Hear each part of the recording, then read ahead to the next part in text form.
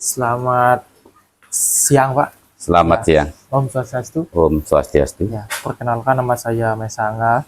Tujuan saya di sini untuk mewawancara Bapak tentang permainan tradisional di Duplak. Yang dibagi menjadi beberapa bagian, yaitu yang pertama tentang sejarahnya, yaitu sarana dan prasarananya, Ya. kemudian cara bermain, peraturan bermain, dan karakter profil dan komponen kebugaran jasmani. Nah, yang pertama tentang sejarah olahraga tradisional, Pak. Ya. Ya kan, Bapak? Saya akan perkenalkan diri terlebih dahulu. Ya. Terima kasih banyak waktunya adik-adik ya dari mahasiswa Undiksa, di mana akan mengadakan penelitian terkait dengan permainan tradisional yaitu Deduplak. Yang pertama kali Bapak perkenalkan diri.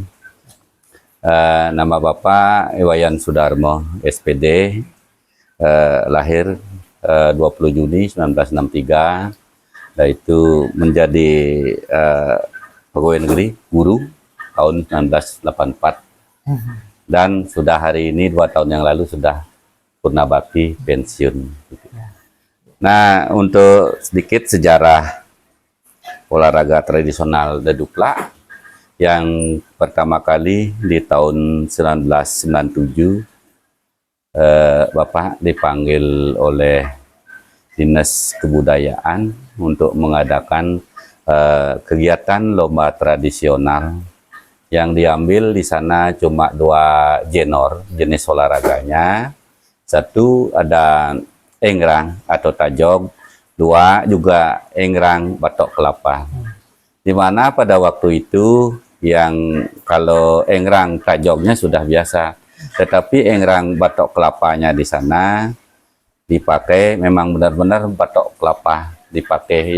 Yang dimaksud dengan engrang batok kelapa atau kelapa dibelah 2, dicari batoknya, yaitu dilubangi, diisi talinya itu juga harus alami. Kita pakai tali kupas, satu tali yang dari pohon pisang yang sudah kering itu dipakai. Nah, itu dipakai lomba. Nah, di saat lomba permainan tajog atau engrang itu lancar-lancar saja.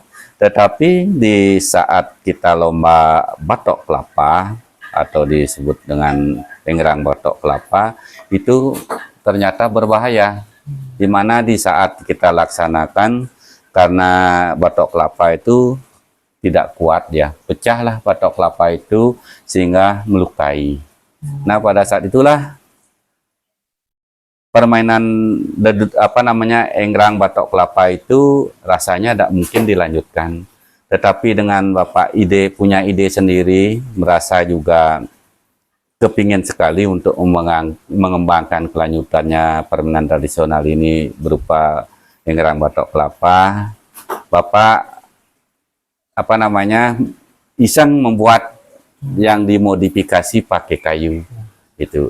Nah, permainan ini memang sudah awalnya di daerah-daerah lain di kabupaten kota di Bali itu memang sudah lumrah.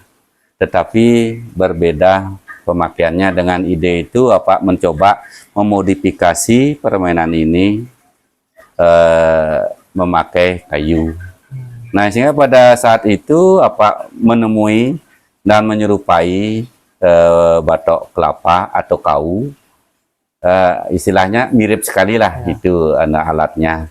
Nah, Bapak juga tetapi dengan pakai kayu itu, dimana di zaman modern ini sudah ada tali yang berupa tali ampen atau tali sapi yang mengikat sapi itu dipakai, tidak memakai tali kupas lagi. Kalau kemungkinannya memakai tali kupas itu tidak tidak kuat, maka Pak ganti pakai tali sapi itu. Nah, untuk kelanjutannya pada tahun 2027 ini alat ini Pak perkenalkan kepada Bapak Maestro permainan tradisional kita, Pak Madetaro. Di sanalah Pak berkoordinasi banyak. Ini atas munculnya juga permainan ini Pak modifikasi dibantu oleh teman-teman, Pak teman-teman guru olahraga Bapak itu. Nah, selanjutnya permainan itu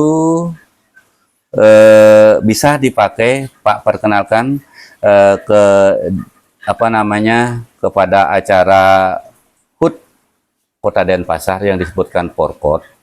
Itu kegiatan itu banyak di sana, jenor-jenornya ada tarik tambang, ada hadang, ada tajog, ada tropa.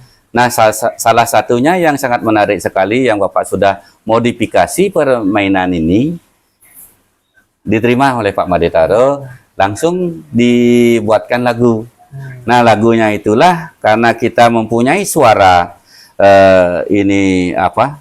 Suaranya kita permainkan di halaman apa di tanah atau di paping, bersuaranya plak pluk atau disebut deduplak itu karena pakai suara dibuatkan lagu. Nah, pada berikutnya tahun 2008 permainan ini dimintalah pada saat Porkot karena sangat menarik. Yang dimainkan oleh ini tidak apa namanya, tidak pernah umur, dari anak-anak, dari dewasa, dari tua pun bisa memainkan, dan begitu pula sangat menarik. Tidak perlu banyak kita apa namanya untuk mencari bisa, kita hitungan menit sudah bisa memakainya. Dan pada saat itu permainan awalnya memang sih pelan, jalan, tidak berani cepat. Akhirnya dari tahun ke tahun sudah menjadi kebiasaan. Lari dengan jalan pun dia sudah cepat sekali, makanya dilombakanlah di HUT Kota Denpasar itu sampai kalau tidak salah sampai tahun 2016. Nah, perkembangannya. Nah, setelah itu karena kita 2016 17 itu menjelang ada gejala-gejala COVID, tidak kita diperbolehkan. Nah, akhirnya setelah tahun 2020 ya 2020 permainan ini Bapak bawa di mana dibentuknya yaitu Portina Bali. Nah, di sana Portina dengan ibu ketumnya Bapak perkenalkan dan ditawari untuk mengembangkan permainan tradisional Deduplak ini. Dibawalah permainan ini, dibuatkan narasi untuk diadakan festival di Solo pada saat itu. Nah, pada waktu persiapan itu pun kita dengan istilahnya dari awal membuat narasinya, Pak sih ambil dari ceritanya dari bagaimana buah kelapa itu udah itu dibelah menjadi dua, udah itu diisi tali berbahaya, udah itu dimodifikasi pakai kayu dan dilombakan. Nah, di saat dilombakan itulah menarik sekali karena ada di sana sifatnya, kalau dulu kita itu mau pelalian namanya tidak ada hadiahnya. Sekarang kalau sudah ada lomba pada saat Porkot itu hadiahnya juga lumayan, sehingga di sana pemainnya sangat bergengsi sekali. Nah, pada tahun 2020 itulah dibuatkan festival, sehingga Stukaro di pusat di Solo itu di nasional Deduplak ini bisa diterima dalam artian pengembangan permainan tradisional. Nah, saat itulah jadinya permainan ini diterima di nasional, dan Stukaro salah satu wali mempunyai permainan tradisional asli dari Bali, Deduplak. Itu sekedar sekilas sejarahnya. Baik. Ya. Oke. Terima kasih, Pak. Nah, itu tentang sejarah permainan nasional Deduplak. Nah, kita masuk untuk sarana dan prasarananya, Pak. Mungkin apa saja yang diperlukan, nah begitu yang dipakaiannya apa yang digunakan dan sebagainya, Pak. Iya. Awalnya Bapak itu membuat sarana, artinya sarana itu adalah alat atau bahan. Bapak pertama banyak, artinya mengganti kayunya, kayu apa yang kira-kira Pak pas pakai. Nah, yang pertama ada kayu yang kemungkinan ke apa yang namanya kayu mahoni, yang dimana alatnya itu yang dari tropah juga pakai mahoni, tajog juga mahoni. Bapak coba pakai itu tapi tidak kuat, dia rawan pecah. Nah, akhirnya Pak ganti lagi kembali ke kayu lain yang disebutkan kayu kamper, juga berat, tidak bisa ya berubah untuk keringanannya. Nah, coba juga Bapak dengan kembali ada namanya kayu gempinis, itu bahannya kayu gempinis. Nah, di sanalah Bapak baru ketemui alatnya. Satu, dia di gempinis itu ada menyerupai, dia ada serat-seratnya sehingga dia mendekati kayu percis kalau sudah dipoles dengan cat itu. Nah, itulah sarananya dari Nah, dari sarana kelengkapannya di sana juga ada tali, seperti Pak katakan tadi itu diganti tali kupas itu menjadi tali ampen yang Pak pakai, dan ada juga keamanan di pegangan kakinya itu Pak isi selang. Nah, seperti itu. Nah, kelanjutannya untuk sarana lain yang untuk dipakai lomba itu masalah pakaian kita biasanya mengikuti. Kalau kita sangat sekali untuk menampilkan ke tradisional, kita pakaiannya tradisional, kaman, atau kita kalau cowoknya bukan kacut ginting namanya, supaya kita bebas bergerak itu. Nah, untuk pakaian-pakaian selanjutnya di saat kita pada lomba itu kita mengikuti apa namanya aturan dan sebagainya yang diperlukan oleh panitia gitu. Nah, lanjut dengan sarana yang lain berupa lapangan, karena ini kita lombanya kita memakai lintasan dan jaraknya juga kadang-kadang kita memakai jarak 50 meter, kadang-kadang 20 meter, itu tentunya kita sarana lapangan dan juga kita memakai sarana selain bendera, ada fluid, ada lintasan, ada petugas-petugasnya, itu deh sarananya ya. Baik, terima kasih Bapak. Ya. Nah, itu berarti sarana dan prasarananya. Nah, kita masuk ke cara bermainnya Bapak. Nah, Mungkin gimana caranya memulai permainannya ini, saya itu langkah-langkah bermainnya seperti apa. Silakan Bapak. iya, ya. Cara bermain seperti Pak katakan tadi itu sangat simpel, gampang sekali. Memainkan yang kita tidak perlu waktu sampai 5 menit untuk mencari apa namanya keseimbangan di sana. Yang kedua, kita yang penting sekarang kekuatan megang antara tali dan deduplak di kaki itu cara memainkan sudah pas. Nah, di sanalah kita akan mainkan permainan itu. Udah teknik-teknik awal daripada permainan ini ya jelas di sini ada cara-cara teknik permainannya. Tentunya mengikuti aturan yang kita pakai pada saat kita tentuan ada TM itu misalnya di apa peluannya.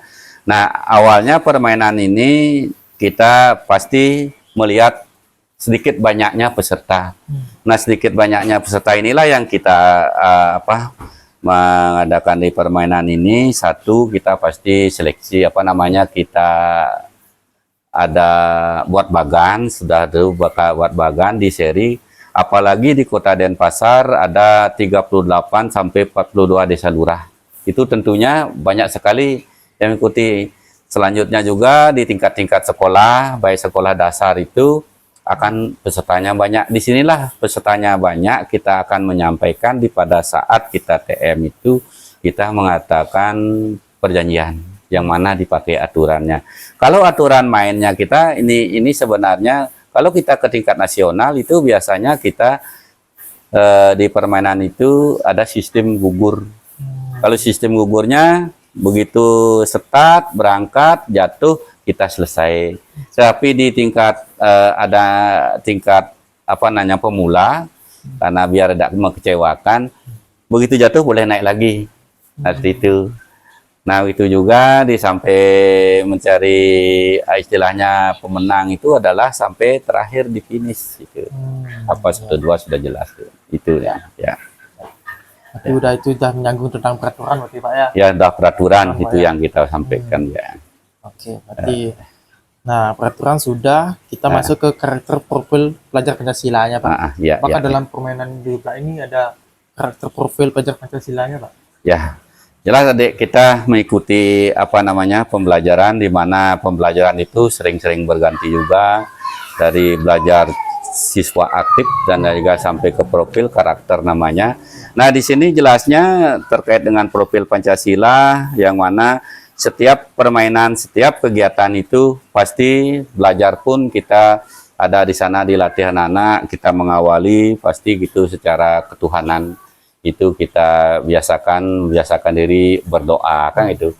Sama juga dengan di sini kalau kita di permainan deduplak ini mengawalinya itu jelas kita apalagi ada lombanya pasti kita akan berdoa itu. Dan kelanjutannya di mana permainan ini ada perorangan, ada beregu. Di saat beregu itu di sini kita memerlukan ada kesatuannya dengan teman dengan lainnya, kerjasamanya itu. Dan selanjutnya kerjasama, dan kita dalam permainan ini juga perlu kita dalam Pancasila yang terakhir itu keadilan.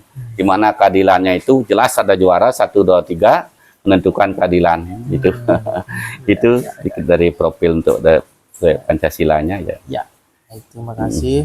Nah, yang terakhir ini tentang komponen kebugaran jasmaninya, Pak. Ya. Apa saja yang Anda tahu, apa saja yang komponen kebugaran jasmani yang terdapat pada permainan tradisional Dedukla? Ya. Kalau di tingkat dasar, jelas permainan ini mengawali itu adalah dari dari segi kebugaran jasmani yang mengawali itu adalah dari gerakan-gerakan lokomotor, non lokomotor dan manipulatifnya itu. Nah, di sanalah munculnya gerakan untuk kebugaran, terutama di sini kita akan tetap melatih kebugarannya, terutama pada kita peningkatan powernya.